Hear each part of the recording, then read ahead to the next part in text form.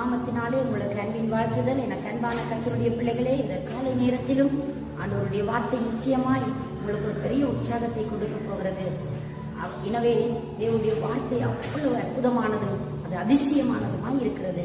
இந்த நாள் அந்த வார்த்தைக்கு நாங்கள் செவிசாய்ப்போமா? இந்த நாளிலும் தேவனுடைய வசனம் என்னோடு உங்களோடு பேச போகிறது. ஆபகூக் தீர்க்கதரிசன புஸ்தகம் 3வது அதிகாரம் 18வது வசனம் இப்படியாக சொல்லுகிறது: நான் கர்த்தருக்குள் மகிழ்ச்சியாய் இருப்பேன், என் ரட்சிப்பின் தேவனுக்குள் களி கூறுவேன். இந்த ஆபகூக் தீர்க்கதரிசி ஒரு தீர்மானத்தோடு கூட தேவனுடைய வார்த்தையை அவர் சொல்லுகிறார். இந்த வார்த்தையை நாங்கள் கவனிக்கிற போது அவர் எந்த கட்டங்களிலே மகிழ்ச்சியாய் இருப்பதற்கு தன்னை தைரியப்படுத்தினார் என்று சொல்லி பார்த்தால் 17வது வசனம் சொல்கிறது: அத்திமரம் துளிர் விடாமல் போனாலும், திராட்சை செடி பலன் உண்டாகாமல் போனாலும், ஒலிவ மரத்தின் பலன் அற்று போனாலும், வயல்களில் தானியத்தை விளைவியாமல் போனாலும், கிடையிலே ஆட்டு மந்தைகள் முதலற்று போனாலும், தொழுவத்திலே மாடு இல்லாமல் போனாலும், நான் கர்த்தருக்குள் மகிழ்ச்சியாய் இருப்பேன், என் ரட்சிப்பின் தேவனுக்குள் களி கூறுவேன் என்று சொல்லி இந்த பக்தன் நிபந்தமாக அழகாய் சொல்லுகிறார். எனக்கு அன்பான கர்த்தருடைய பிள்ளைகளே, இதுதான் ஒரு தேவனுடைய பிள்ளையுடைய வாழ்க்கையிலே அவன் தன்னுடைய வாழ்க்கையை பயிற்றுவிக்க வேண்டிய விதமாய் இருக்கிறது. நாம் பல காரியங்களுக்கு நம்முடைய வாழ்க்கையை பயிற்றுவிக்கிறோம். காலையில் எழுந்து நம்ம பிரஷ் பண்ணி நம்மை சுத்தம் பண்ணி கடவுளை தேட வேண்டும் என்பது நம்முடைய வாழ்க்கை நாங்கள் பழக்கி கொண்ட வழியே. இதே போல நம்முடைய ஆன்மாவை நாம் பழக்கிறது, சரீர சுத்திகை செய்கிறது. இதே போல நம்முடைய ஆவிய ஆன்மாவை நாம் எப்பொழுதுமே பழக்க வைக்க வேண்டியவர்களாக இருக்கிறோம். கர்த்தருக்குள் ஒரு மகிழ்ச்சியான நிலைமையை நம்ம தக்க வைத்துக் கொள்வதற்கு நம்முடைய ஆண்டவர் பாதத்தை நாம் தேட வேண்டும்.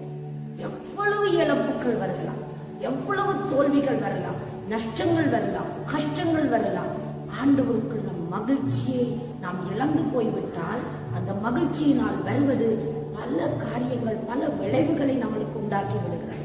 அன்பான கர்த்தருடைய பிள்ளையே, இன்றைக்கு நீ அந்த சந்தோஷமே இல்லை. சில பேரை பார்த்து கேட்டா நீங்க எப்படி இருக்கிறீங்க சொன்னாங்க, ஏதோ நான் இருக்கிறேன், வாழ வேண்டும் என்பதற்காக வாழ்றேன்.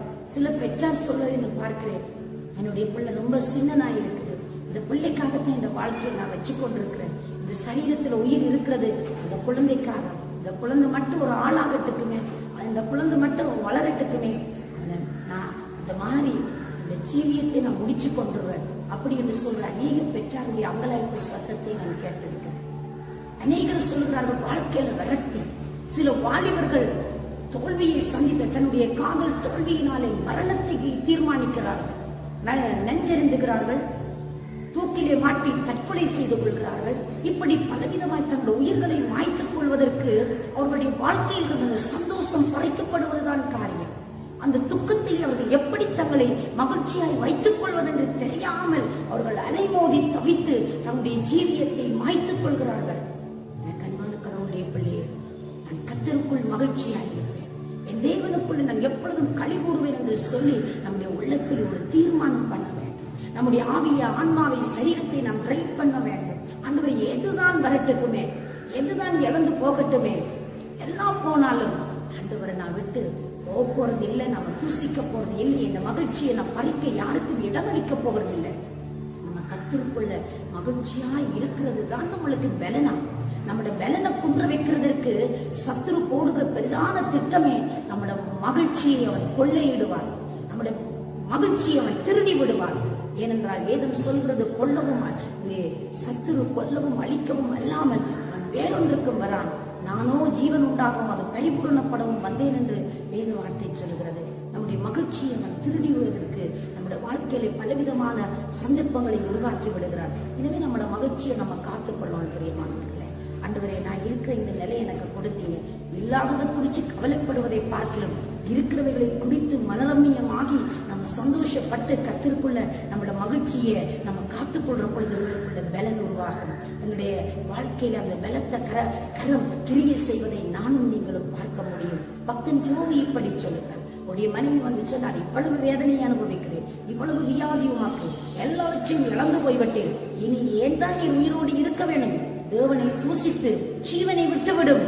அப்ப அப்படி என்ற பொழுது அந்த பக்தன் இவனமாய் சொல்ல, பைத்தியக்காரி பேசுகிறது போல் பேசுகிறார், ஒரு பைத்தியத்தனமாய் முட்டாள்தனமான முடிவை எடுத்து விட்டார், இது இந்த காரியத்தை நான் செய்ய போவதில்லை என்று தன்னுடைய மனதிலே அவர் அங்கே தீர்மானம் பண்ணி சொன்னார். கர்த்தர் தந்தார், கர்த்தர் எடுத்தார், கர்த்தருக்கே ஸ்தோத்திரம் என்று சொல்லி கர்த்தரை மகிமைப்படுத்துகிறதை நானும் நீங்களும் அவதானிக்க முடிகிறது. தேவ பிள்ளைகளே, இந்த நல்ல நாளில நான் உங்களுக்கு கற்றுக் கொடுக்க விரும்புகிற காரியம், நம்மளோட வாழ்க்கையில எதுதான் வரட்டுக்கு, எதுதான் இல்லாம போகட்டும், எதுதான் இருக்கட்டுக்கும், எதுதான் வரட்டுக்கும் போகட்டுக்கும், எதுவா இருந்தாலும் ஆண்டவரே என்னுடைய மகிழ்ச்சியை பறிக்க நீர் அனுமதியாதையும் என்று சொல்லி நீங்க கடவுளுடைய சன்னிதானத்தில் இருக்கிற பொழுது எல்லாம் தானாய் தேடி வரும், எல்லாம் தானாய் கைகூடி வரும். நம் மகிழ்ச்சி இழக்கிற பொழுது பலன் இழக்கிறோம்.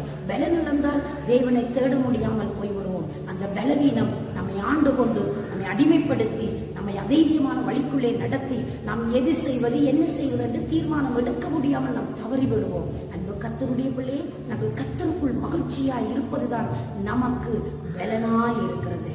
மகிழ்ச்சியாய் இருப்பதுதான் நமக்கு பலனாய் இருக்கிறது. பவுலடிகள் இப்படி சொல்லுகிறார், சிறையில் இருந்து கொண்டு பிலிப்பியர் நிருபத்தை எழுதுகிறார். சிறை நிருபம் என்ற அந்த பிலிப்பியர் நிருபத்தை குறித்து சொல்லப்படுகிறது.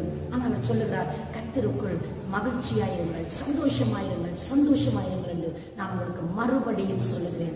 ஏன் தெரியுமா? அவர் இருக்கிற நிலையை பாருங்களேன், சிறையாய் இருக்கிறது. சிறையில சௌகரியமான வாழ்க்கையா? நினைச்சதை உடுத்து, நினைச்சதை சாப்பிட்டு, நினைச்ச மாதிரி போகலாம் வரலாமா? இல்லையே.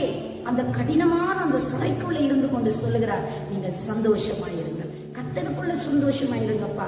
நம்ம வெளியில சந்தோஷம் வராது ஒரு நாளும். நம்ம நினைச்ச மாதிரி நம்ம உலகத்துல ஒரு நாள் நம்மளுக்கு உலகம் இந்த சந்தோஷம் அனித்தியமானது.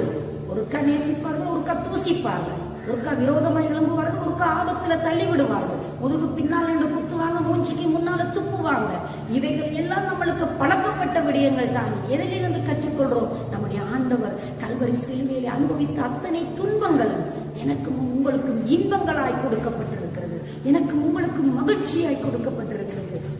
எனவே அந்த பாடுகளை சகித்தவர் அவரை காரை துப்பினார்கள், கன்னத்தில் அறைந்தார்கள், அவதூறு பேசினார்கள், கொலைப்பழிகளை குற்றங்களை அவர் மேலே சுமத்தினார். ஆனால் அவரோ அவைகள் எதிலையும் சலித்து போகவில்லை.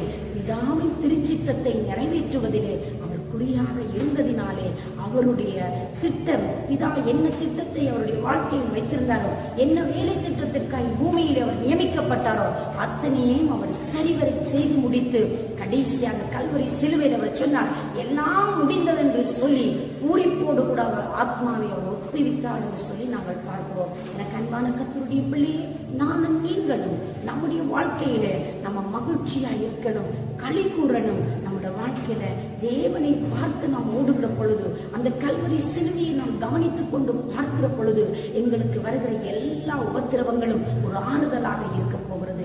எங்களுடைய வாழ்க்கையில வருகிற ஒவ்வொரு சூழ்நிலையிலும் தேவன் எங்களுக்கு ஜெயத்தை கொடுக்க போகிறார். நம்முடைய காரியங்களை, நம்முடைய தேவைகளை தேவன் சந்திப்பார். இன்னைக்கு நம்மளை அதிகமாக உடைக்கிற ஒரு விடயம் தான் தேவைகள் சந்திக்கப்படாமல் இருக்கிறது.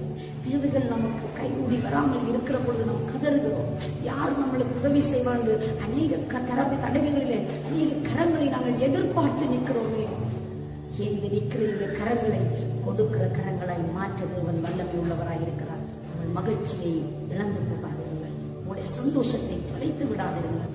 ஆண்டவரே, இந்த தேவை, இந்த பிரச்சனை என்ன ஆண்டவரை தடுமாறாதபடி இந்த சந்தோஷத்தை காத்துக்கொள்ளத்தக்கதா, இந்த சமாதானத்தை காத்துக்கொள்ளத்தக்கதா, இந்த மகிழ்ச்சியை காத்துக்கொள்ளத்தக்கதா எனக்கு உதவி செய்யுங்க. நீங்க எப்பெல்லாம் கேட்கிறீங்களோ, உங்க குடும்ப சமாதானம் குலைஞ்சு போயிட்டுதான், கணவன் மனைவிக்கு, மனைவி அதே போல உறவுகளுக்குள்ள, பெற்றார் பிள்ளைகளுக்குள்ள, நான் உறவுகள் எந்த உறவுகள் எல்லாம் உடைஞ்சு போயிட்டாங்க. கவலையே வேண்டாம், ஆண்டவரே சன்னிதானத்தில் சொல்லுங்கப்பா, நீங்க எல்லாத்தையும் பார்த்துக்கொள்ளுங்க. ஆண்டவர் இந்த மகிழ்ச்சியை உடைஞ்சு போன எல்லாத்தையும் மறுபடி நீங்க கட்டுங்க.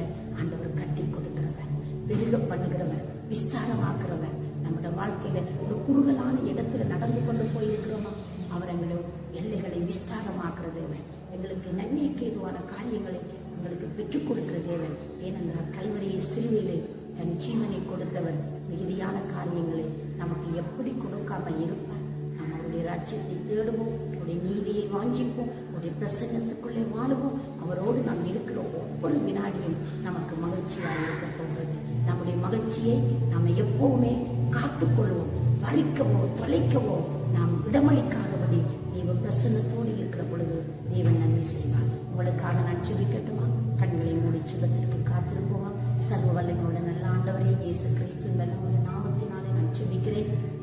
அப்பா, இந்த நாட்களிலும் உங்களுடைய பிள்ளைகளை என்ன சூழ்நிலையில நின்று கொண்டு சந்தோஷத்தை தொலைத்து போயிருக்கிறார்களோ, பண பிரச்சனை ஆண்டவரே, கடன் தொல்லை, கஷ்டங்கள், பொருளாதார நெருக்கடி ஆண்டவரே, அவமானமான பேச்சுக்கள், முகத்துக்கு முன்பதாய் தூசிக்கிறது, முதுகுக்கு பின்பதாய் அவமானப்படுத்துகிறது ஆண்டவரே, எப்படிப்பட்ட காரியத்துக்குள்ள உங்களுடைய பிள்ளைகள் கடந்து சென்றாலும் தகப்பனே, நீங்க ஆதரவு கொடுங்கப்பா.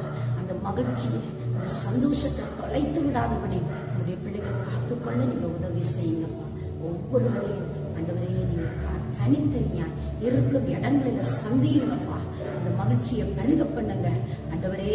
சுவாமி, மகா வறட்சியான காலத்திலேயும் ஆண்டவரே, எலும்புகளை இனமுள்ளதாக்கி மக்களை மகிழ பண்ணுகிற கர்த்தரையா தகப்பன், நீர் அற்புதம் செய்யும். உடைய பிள்ளைகளை தனித்தனியாய் சந்தித்து இருக்கும் இடங்கள் ஒரு அற்புதம் செய்து